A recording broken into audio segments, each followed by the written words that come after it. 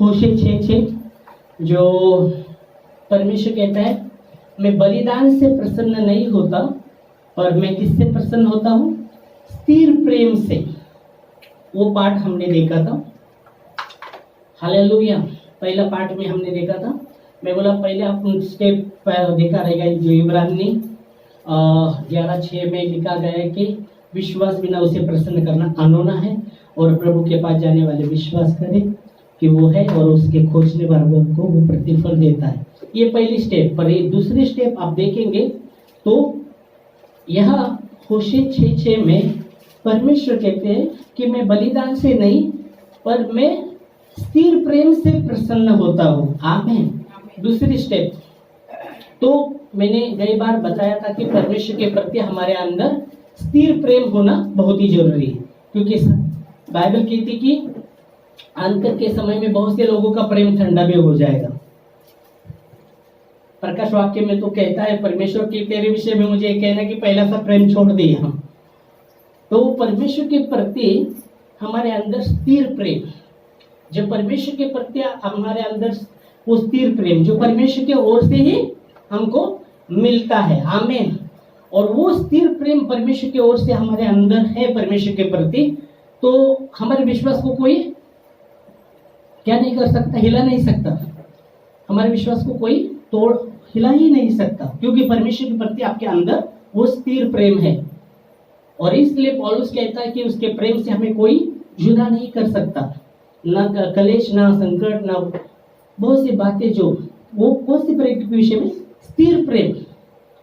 खुशी में वही बात कह रहा है कि वो स्थिर प्रेम से परमेश्वर प्रसन्न होता है। और रोमियो में पौलुस यही कहते कि उसके प्रेम से हमें कोई जुदा नहीं कर सकता। कोई संकट नहीं, कोई ऊंचाई, गहराई, वर्तमान की बातें, भविष्य की बातें नहीं, ना जीवन, ना मृत्यु और ना कोई प्रधानता है कि परमेश्वर के प्रेम से हमें विभक्त नहीं कर सकते। जो प्रेम परमेश्वर के प्रति आपके अंदर वो स्थिर प्रेम है, उसके विषय में बात कर रहे हैं। हालेलुया। और इसलिए अगर परमेश्वर का प्रेम, वो भी प्रेम कौन सा? परमेश्वर की ओर से, जो रोमियो 5:5 में लिखा गया है, पवित्र आत्मा के द्वारा वो प्रेम डाला जाता है। उस प्रेम में, उस स्थिर प्रेम में परमेश्वर के प्रति आप खड़े हैं तो आपके विश्वास को कोई हिला नहीं सकता। फिर कैसे भी तूफान आने दो, आंधी आने दो, आपके विश्वास हिल नहीं सकता। आमीन। तो हमने वो पाठ देखा था। आज दूसरा पाठ उसके ही वचन में होशे 6:6। तो एक पाठ वो हम देखे थे कि परमेश्वर स्थिर प्रेम से प्रसन्न होता है। फिर दूसरे पाठ में क्या लिखा है? होम बलि से अधिक यह चाहता हूं कि लोग परमेश्वर का ध्यान रखें। वो कहता है मैं होम बलि से अधिक ये चाहता हूं कि लोग मेरा ध्यान रखें, मेरे बातों का ध्यान रखें, मेरा ज्ञान रखें। आमीन। पढ़ सकते हैं दूसरा पाठ होशे 6:6। और होम बलियों से अधिक यह चाहता हूँ कि लोग परमेश्वर का ज्ञान रखें। हाँ, तो होशे में जब बता रहा है कि होम बलि से अधिक मैं ये चाहता हूँ कि लोग परमेश्वर का ज्ञान रखें। परमेश्वर का ज्ञान हमारे अंदर होना बहुत ही जरूरी है। आमीन। बाइबल कहती है परमेश्वर ने संसार के निबुद्धि को चुन लिया। परमेश्वर ने 1 कुरिन्थियों उसका दूसरा अध्याय 9 वचन, 1 कुरिन्थियों दूसरा अध्याय 9 वचन, नहीं वो इसमें देखेंगे। 1 कुरिन्थियों पहला अध्याय और 25 से 27 देखिए। 1 कुरिन्थियों पहला अध्याय 25 से पढ़िए। क्योंकि परमेश्वर की मूर्खता मनुष्य के ज्ञान से ज्ञानवान है। आगे। और परमेश्वर की निर्बलता मनुष्य के बल से बहुत बलवान है। हे भाइयों, हाँ पढ़िए 27 तक। बुलाए जाने को तो सोचो कि न शरीर के अनुसार बहुत ज्ञानवान और न बहुत सामर्थी और न बहुत कुलीन बुलाए गए, परंतु परमेश्वर ने जगत के मूर्खों को चुन लिया है। हाँ, जगत के मूर्खों को चुन लिया है कि ज्ञानवानों को लज्जित करे। ज्ञान वालों को लज्जित करे। और परमेश्वर ने जगत के निर्बल को चुन लिया है कि बलवानों को लज्जित करे। आमीन। तो 27 वचन में आप देखेंगे तो यहाँ वचन कहते हैं कि परमेश्वर ने संसार के जो मूर्ख है उनको चुन लिया, जो संसार में जो ज्ञानी है उनको लज्जित करे। परमेश्वर ने संसार के निर्बल लोगों को चुन लिया इसलिए कि संसार में जो बलवंत लोग हैं उनको लज्जित करे। 27 वचन में यही लिखा, पढ़ो। परंतु परमेश्वर ने जगत के मूर्खों को चुन लिया कि ज्ञान वालों को लज्जित करे। हाँ। और परमेश्वर ने जगत के निर्बलों को चुन लिया है कि बलवानों को लज्जित करे। आमीन, हालेलुया। अगर आप किसी कंपनी में नौकरी के लिए जब जाते हैं, वो आपकी डिग्री को पहले देखेगा, आपकी डिग्री क्या है बाबा, है ना, देखेगा ना। आपके पास कोई डिग्री नहीं और आप कंपनी में जाएंगे, आपको चुन लेगा ना उधर काम के लिए, डिग्री नहीं आपके पास। बड़े बड़े कंपनी के विषय में बात करो, जो डिग्री पहले देखेगा क्या बाबा इसका डिग्री है इसके पास चुनने के लिए, है ना। फिर उसका क्या होने वाला है, राउंड होने वाला है, 1 राउंड 2 राउंड 3 राउंड। फिर राउंड में प्रश्न रहेंगे, उत्तर देना पड़ेगा और उत्तर सही रहेगा तो फिर बाबा ये आगे इसका ये हो गया, चुन लिया गया। तो यहाँ वचन उल्टा है, संसार का ज्ञान और परमेश्वर के ज्ञान में बहुत फर्क है। जो 25 वचन में उसके आप पढ़ेंगे तो क्या लिखा है, क्योंकि परमेश्वर की मूर्खता मनुष्य के ज्ञान से ज्ञानवान है। परमेश्वर की मूर्खता मनुष्य के ज्ञान से ज्ञानवान है। आगे, और परमेश्वर की निर्बलता मनुष्य के बल से बहुत बलवंत है। हालेलुया। तो यहाँ वचन कहते परमेश्वर ने किसको चुन लिया, जो मूर्ख लोग हैं उनको चुन लिया, ताकि जो संसार में ज्ञानवान लोग हैं ना, बुद्धिमान, उनको लज्जित करने के लिए। बुद्धिमानों को नहीं चुना। अगर कंपनी में आप किसी को चुनते हैं तो बुद्धिमान को चुनेंगे, ऐसे ही मूर्ख को किसको नहीं लेंगे आपके कंपनी में, डिग्री वालों को लेंगे। पर यहाँ आप देखेंगे तो परमेश्वर ने कैसा चुना है, जो निर्बल है, जो शक्तिहीन है, उनको चुन लिया, जो संसार में जो सामर्थ्य है उनको लज्जित करने के लिए। जो मूर्ख है उनको चुन लिया, जो संसार में बलवंत बुद्धिमान है उनको लज्जित करने के लिए। Hallelujah, praise Lord. और यहाँ वचन में ही कहता है कि मैं ये चाहता हूं कि लोग मेरा ज्ञान रखें, क्योंकि होशे 4:6 में लिखा गया है, मेरा ज्ञान न होने के कारण मेरी प्रजा नाश हो गई है। मेरे ज्ञान न होने के कारण मेरी प्रजा नाश हो रही है, हो गई भी है।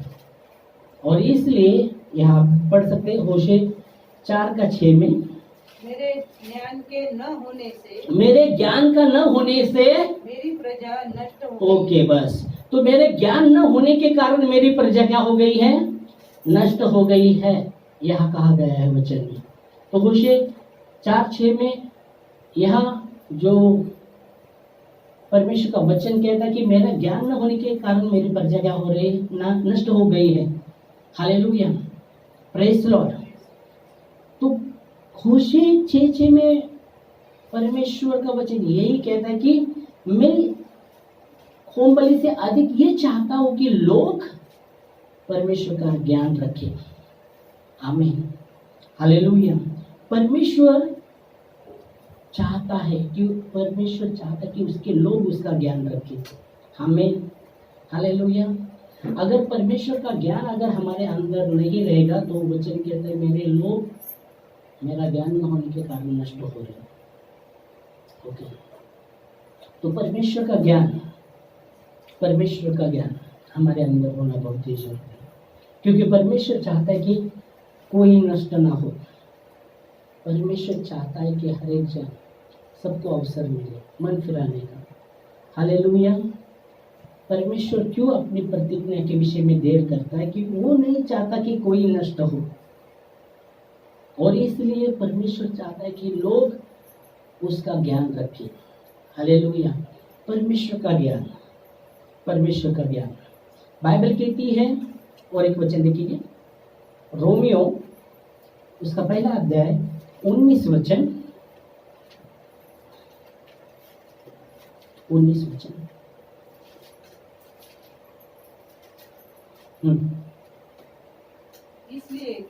इसलिए कि परमेश्वर के विषय का ज्ञान उनके मनों में प्रकट है, क्योंकि परमेश्वर ने उन पर प्रकट किया है। आमेन। परमेश्वर ने उनके मन पर वो प्रकट किया है ज्ञान, क्योंकि वो नहीं चाहता कि कोई नष्ट हो। हालेलुया। और इसलिए बहुत ही जरूरी है, बाइबल कहती है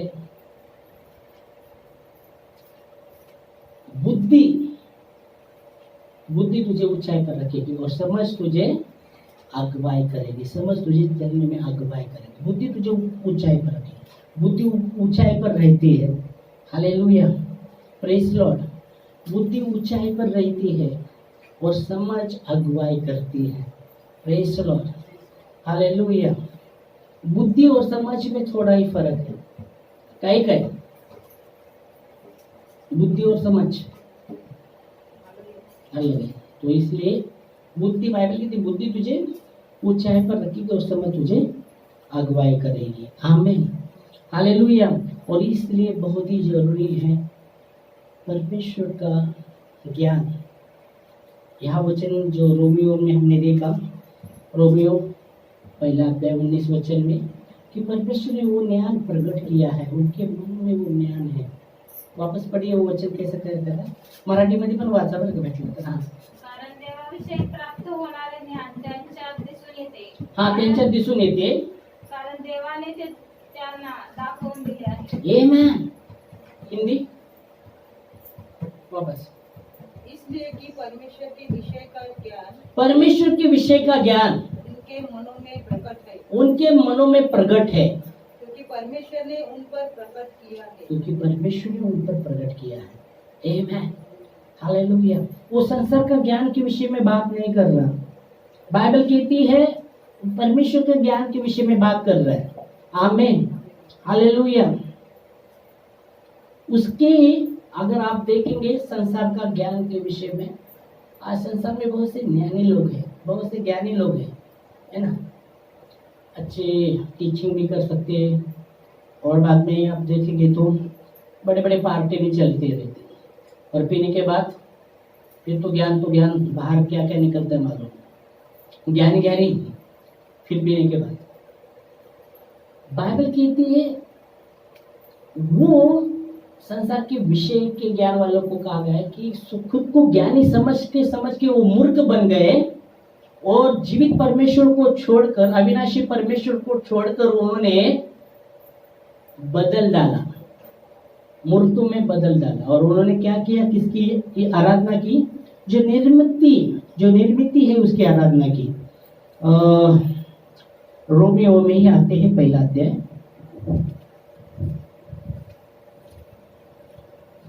मिला आपको पहला अध्याय 26 वचन 24, 25, 26 देखिए, मैं निकालता हूँ।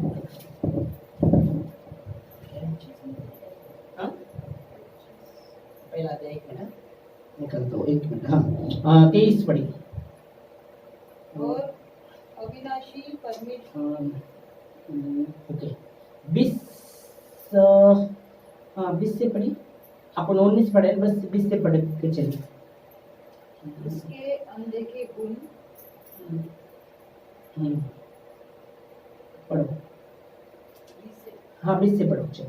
उसके अनदेखे गुण अर्थात उसकी सनातन सामर्थ और परमेश्वर तत्व वो जगत की सृष्टि के समय से उसके कामों के द्वारा देखने में आते हैं। वो क्या काम है सृष्टि में? वो काम क्या है? देखो, जो आकाश देखे कैसा स्थिर है वो आकाश कभी पढ़ाए क्या? आकाश नीचे आ गए, पढ़ाए क्या? गिरा है क्या? क्यों नहीं गिरता? आकाश क्यों नहीं गिरता? ढग गिरते हैं, बादल गिरते हैं, बारिश गिरते हैं, फिर बड़े बड़े बर्फ, छोटे छोटे बर्फ टुकड़े गिरते हैं, पर आकाश क्यों नहीं गिरता? कभी सोचा? हाँ, परमेश्वर ने बनाया पर गिरता नहीं क्यों? तो ये भी हाँ, गिरता नहीं क्यों? बिजली भी गिरती, कड़ कड़ कड़ कड़ कर गिरती, झाड़ पर गिरती, किसी मनुष्य पर गिरती, पर आकाश क्यों नहीं गिरता? जल्दी जल्दी बताना, क्यों नहीं गिरता? क्यों नहीं गिरता? बोलो जल्दी, क्यों नहीं गिरता? बोली बोली बोली, क्यों नहीं गिरता? आम्ही तेवढे ज्ञानी नाही. बोलो बोलो जल्दी. ठीक है, हम देखते हैं क्यों नहीं गिरता. तो आप आएंगे निर्गमन 32वां अध्याय और 17 वचन. क्यों नहीं गिरता आकाश? तो हे यहोवा, हे परमेश्वर यहोवा, तूने बड़े सामर्थ से और अपने बढ़ाई हुई भुजा से आकाश और पृथ्वी को बनाया है. ओके, किससे बनाया है? अपने बड़े सामर्थ्य और अपने निर्गमन 32 का 17.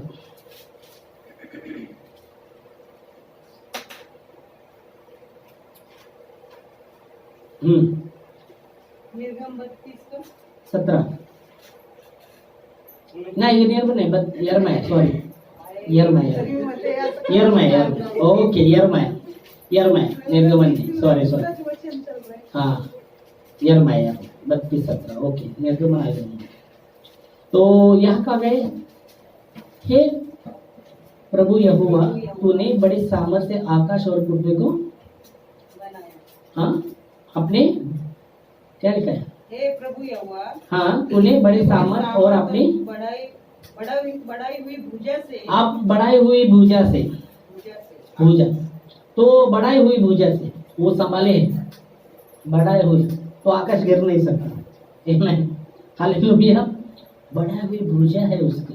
आमेन, हालेलुया. तो यह वचन क्या कहता है? वापस इधर आते हैं, किधर? रोमी. हाँ, किधर थे आप? 20वां अध्याय में, जो अविनाशी. हाँ, पढ़ सकते जल्दी जल्दी, थोड़ा ही मिलूंगा. आगे 20वां पढ़ोगे? हाँ, 20वां पढ़िए फास्ट. हाँ, उसके अनदेखे गुण अर्थात उसकी सनातन सामर्थ, उसके अनदेखे गुण अर्थात उसकी सनातन सामर्थ. और यहाँ हुआ वचन में कहा, हमने देखा अपने बड़े सामर्थ के द्वारा, है ना? अब जगत की सृष्टि, हाँ, फिर आगे चलो. हाँ, जगत की सृष्टि उसके कामों के द्वारा देखने में उसके कामों के द्वारा देखने में आती है. फिर आगे यहाँ तक कि वे निरुत्तर है. निरुत्तर है. फिर आगे इस कारण की परमेश्वर को जानने पर भी, उन लोगों के विषय में बात कर रहा है जो संसार में, उन्होंने परमेश्वर को जानकर भी क्या किया? उन्होंने परमेश्वर के योग्य बढ़ाई और धन्यवाद नहीं. वो संसार के लोगों ने प्रभु को जानकर भी उसके अनुसार बढ़ाई और धन्यवाद नहीं किया, परंतु व्यर्थ विचार करते हुए यहाँ तक कि उनका निर्बुद्धि मन अंधेरा हो गया और खुद को ज्ञानी समझते क्या अपने आप को बुद्धिमान अपने आप को क्या बनाए अपने आप को बुद्धिमान समझते थे, वो मूर्ख बने. और बाइबल कहती है परमेश्वर ने संसार के मूर्खों को चुन लिया, उनको लज्जित करने के लिए उन लोगों को. यह वचन कहता है वो मूर्ख बन गए, अपने को बुद्धिमान समझ के वो खुद मूर्ख बने. और क्या किया उन्होंने? और अविनाशी परमेश्वर की महिमा को नाशवंत मनुष्य, पक्षी और चौपाइयों रेंगने वाले जंतु की मूर्त बना दी. समानता में बदला. हाँ, समानता में, मूर्त की समानता में बदल डाला. यहाँ मालूम है वो निर्जीव है, उसमें जान नहीं है, तो ये भी मूर्ख बन गए. बाइबल कहती है जो बनाने वाले, वैसे अगर आप देखेंगे भजन संहिता 115 में और उसके 8 वचन में लिखा गया है. क्या लिखा है? भजन संहिता, एक ही वचन लूंगा कि टाइम आपके पास कम है. ओके, 115.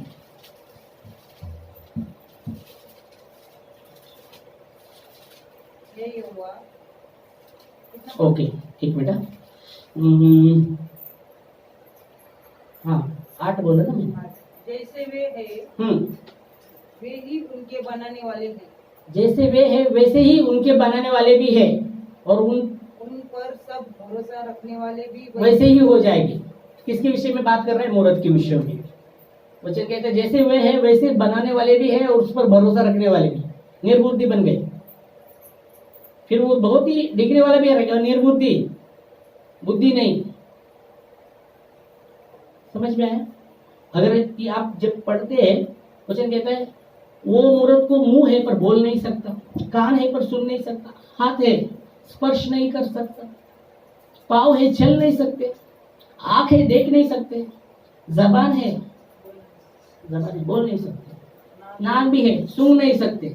और वो वचन कहता है वैसे करके करके वो कहता है 8 वचन में, जैसे वे है वैसे उनके बनाने वाले हैं और उन पर भरोसा रखने वाले भी वैसे। ऐसे निर्बुद्धि। और इसलिए बाइबल कहती है अपने आप को बुद्धिमान मनाते मनाते वो मूर्ख बने और उन्होंने जो जीवित परमेश्वर को, जो अविनाशी परमेश्वर को बदल डाला और निर्मित की आराधना उन्होंने की। निर्माण करता परमेश्वर को छोड़कर निर्मित की आराधना की। और जो परमेश्वर है, और इसलिए बहुत ही जरूरी है होशे 6:6 में परमेश्वर चाहता है कि होम बलि से अधिक वो चाहता है कि उसके लोग उसका ज्ञान रखें। आमीन। उसका ज्ञान रखें।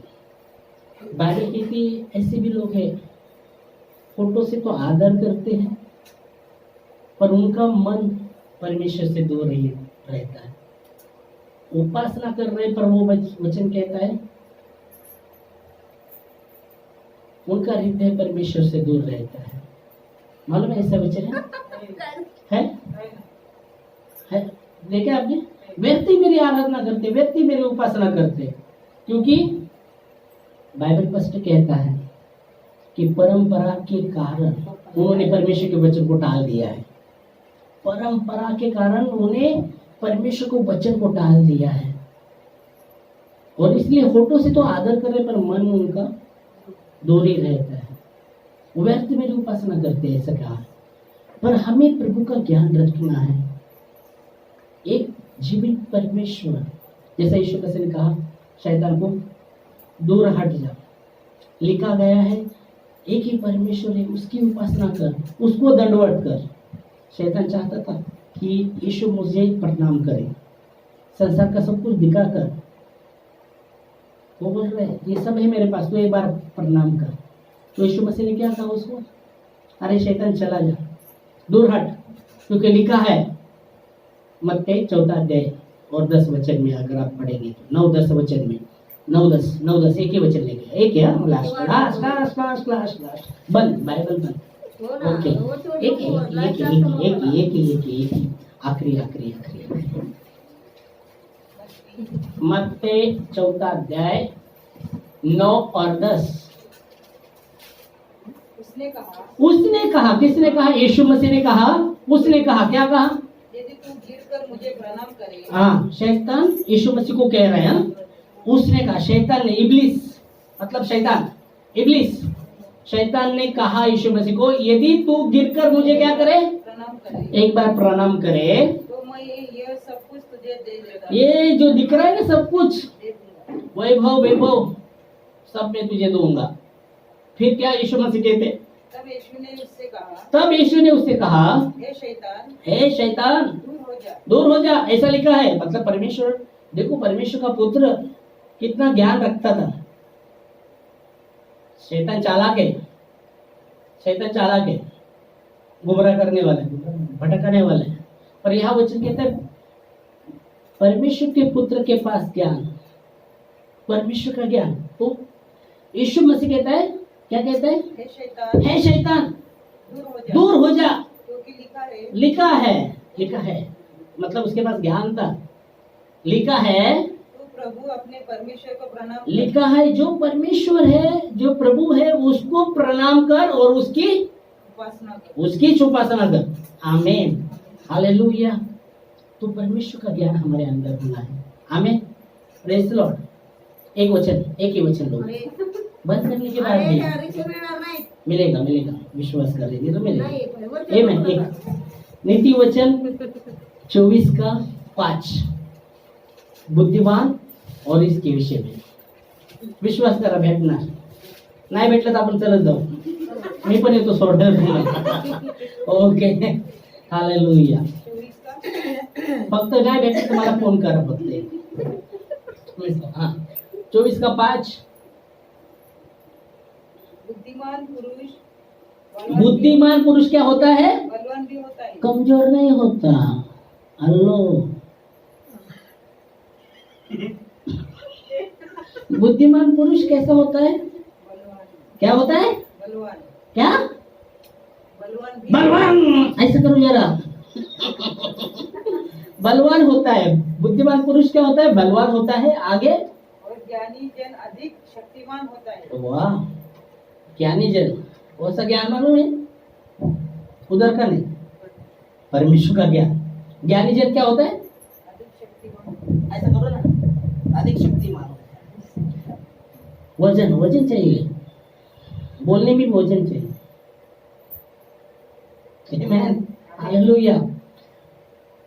बुद्धिमान पुरुष पुरुष क्या होता है? बलवान भी होता है। बलवान होता है, बलवान भी होता है, और ज्ञानी जन अधिक शक्तिमान होता और ज्ञानी जन अधिक शक्तिमान होता है। आमेन, हालेलुया। तो अपने इस समय खड़े होंगे प्रार्थना में और धन्यवाद देंगे। परमेश्वर ने वो ज्ञान प्रकट किया है। आमेन, है। आमीन। हालेलुया। हमने क्या देखा? परमेश्वर का ज्ञान किधर देखा? किधर के बाइबल में देखा? किधर? तो रोमियो उसका पहला अध्याय 19 वचन में देखा, उसने ज्ञान प्रकट किया है, मन में ज्ञान। आमेन, मन में ज्ञान प्रकट किया है। तो धन्यवाद देंगे और इस समय हम खड़े हो